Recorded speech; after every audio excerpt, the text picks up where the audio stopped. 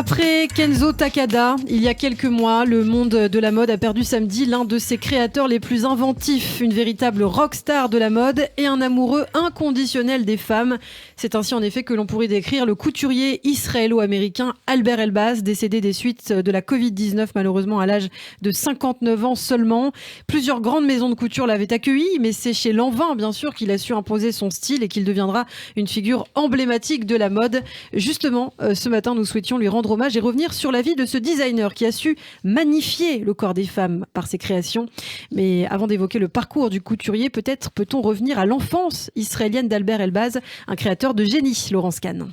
Et oui, c'est en 1961 qu'Albert Elbaz naît au Maroc, à Casablanca. D'une famille de 5 enfants, le jeune Albert part pour Tel Aviv où il passera toute son enfance. Son père, coiffeur, décède quand il est tout petit. Sa mère, peintre, travaille dans un restaurant pour élever ses 5 enfants. L'expérience de la pauvreté constitue une part de son héritage. Je ne viens pas de Suisse. Ma mère, Allegria, n'était pas habillée en Dior. Je menais une vie simple en Israël, pleine de chaleur, de joie et de valeur. On n'avait pas grand-chose, mais cela nous suffisait, confiera-t-il. Je vous propose d'écouter Albert Elbaz parler avec chaleur de son enfance, de l'amour qu'il porte à sa mère et à ce petit pays qui l'a incité au rêve. Je ne suis pas né en Suisse et ma mère n'était pas habillée en Balenciaga quand elle prenait un café au Carlyle. Alors, c'est pas l'histoire. Quand on vient d'un pays qui est petit, d'une ville qui est petite, d'une maison qui est petite, d'une chambre qui est petite, on vient avec des rêves. Je pense que quand on vient de nulle part, on rêve. Et je pense que le rêve, c'est peut-être le côté fondamental de notre travail.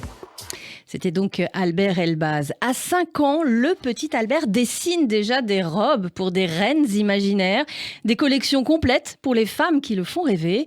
Une façon de s'évader. Dans son quartier, les voisins lui prédisent un avenir de couturier à Paris. Albert amputera son prénom du T. Dans la tradition hébraïque, modifier son nom, c'est vouloir changer de destinée. À l'école, j'avais 2 cartables. Un pour mes livres et mes cahiers, l'autre bourré de papier et de crayons de couleur. On les retrouve par centaines sur la table de travail de son usine à rêve. Et même s'il aime dessiner des silhouettes féminines parées de jolis vêtements, Albert Elbaz se voit contre toute attente plutôt médecin, comme il le confiait un brin espiègle. Vous allez le voir à des journalistes. C'était il y a déjà quelques années. Écoutez. Si j'aurais pas fait la mode, definitely j'aurais fait la médecine. Et vous savez quoi, médecin de famille? Le médecin qui entend toutes les histoires. Thank you. Albert Elbaz, voilà, mais c'est finalement la mode qui va s'imposer à lui. Laurent, c'est comme une évidence, il intégrera le Shankar College of Textile Technology and Fashion, une prestigieuse école de stylisme en Israël. Et oui, ambitieux, Albert Elbaz rassemble ses quelques économies et part donc à New York en 1985, après son service militaire, pour découvrir le monde et tenter sa chance. Il va apprendre le métier avec le styliste des stars new-yorkaises, Geoffrey Beene. C'est là qu'il découvre toutes les facettes de ce métier qui le passionne. 12 ans plus tard, 1987, Ralph Toledano lui propose d'être le nouveau directeur de la création de la maison Guy Laroche. Il accepte et part donc à Paris. Et là, notre créateur israélo-américain va goûter la mode Made in France. Chez Guy Laroche, Albert Elbaz s'intéresse à toutes les étapes de la création. Il ne se contente pas de dessiner. Oui, mais il ne reste qu'une année chez Guy Laroche, le temps de se faire remarquer par les critiques de mode. Pierre Berger lui demande de rejoindre Yves Saint Laurent. Il accepte et prend les commandes de la direction artistique de la collection féminine. Albert Elbaz donne un coup de neuf à la maison et arrive à séduire une clientèle plus jeune. En 2000, Gucci rachète Yves Saint Laurent et Albert Elbaz préfère partir. Il prend alors une année sabbatique avant de replonger dans le monde de la mode 1 an plus tard avec sa nouvelle aventure, Lanvin.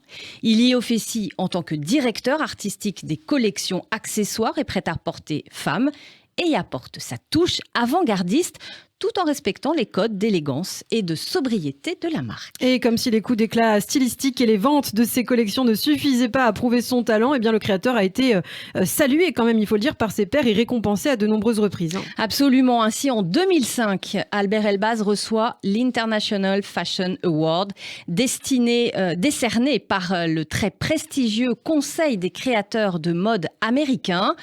En 2006, il est nommé chevalier de la Légion d'honneur. L'année suivante, il reçoit le Design Star Award. Puis en 2010, le prix du meilleur designer de l'année. La récompense ultime. Malgré un emploi du temps bien chargé, Albert Elbaz s'est permis quelques collaborations et activités annexes. C'est ainsi qu'en 2010, il conçoit une collection pour H&M. Imagine pour Lanvin et La Poste 2 timbres-poste en l'honneur de la Saint-Valentin et dessine en 2013 une robe pour Minnie à l'occasion du 20e anniversaire de Disneyland Paris. Et c'est un tournant en 2015 car il est évincé de la maison Lanvin après quand même 14 ans de bons et loyaux services. Un départ brutal et traumatisant pour Albert Elbaz qui aura du mal à s'en remettre. Un départ qui a d'ailleurs provoqué les protestations des salariés de la maison et l'indignation de nombreuses personnalités de la mode. Oui, Albert Elbaz est un créateur génial mais aussi un homme très apprécié de tous. Après ce départ douloureux, Albert Elbaz va se faire plus discret et produira quelques collaborations. Il en a notamment signé une pour Tod's, portant sur des sacs et des chaussures, et une autre avec les baskets Converse. Eh bien, vous êtes bien renseigné, Laurence. Oui. Mais 5 ans après son départ de Lanvin, le créateur revient sur le devant de la scène avec AZ Factory, une maison de mode au design inclusif qui a pour volonté de rompre avec la manière traditionnelle dont l'industrie de la mode crée des vêtements et mène son business. Et oui, Lana, c'est fin 2019 qu'Albert Elbaz s'associe au Suisse Richemont dans le but de créer sa propre griffe AZ Factory qu'il veut fonctionnelle et qui convient à tout le monde. C'est un nouveau départ, une marque de luxe digital basée sur l'innovation et la technologie, mais avant tout un lieu où faire des expériences et essayer de nouvelles idées. C'est ce qu'il avait déclaré lors du lancement de sa marque. Pour moi, la mode, comme les fleurs, c'est demain. On ne veut pas des fleurs fanées, on aime les fleurs fraîches. Je voudrais créer une histoire qui s'appelle Dream Factory, car la part de rêve est essentielle dans le métier de créateur. Je dis souvent qu'une usine sans rêve n'a pas de futur et qu'un rêve sans une usine n'a pas de substance. C'est ce que confiait Albert Elbaz au Vogue Fashion Festival. C'était en novembre 2017. Et un nouveau départ qui tourne court et qui laisse un monde en deuil quelques mois après le décès de Kenzo, décédé lui aussi de la Covid-19.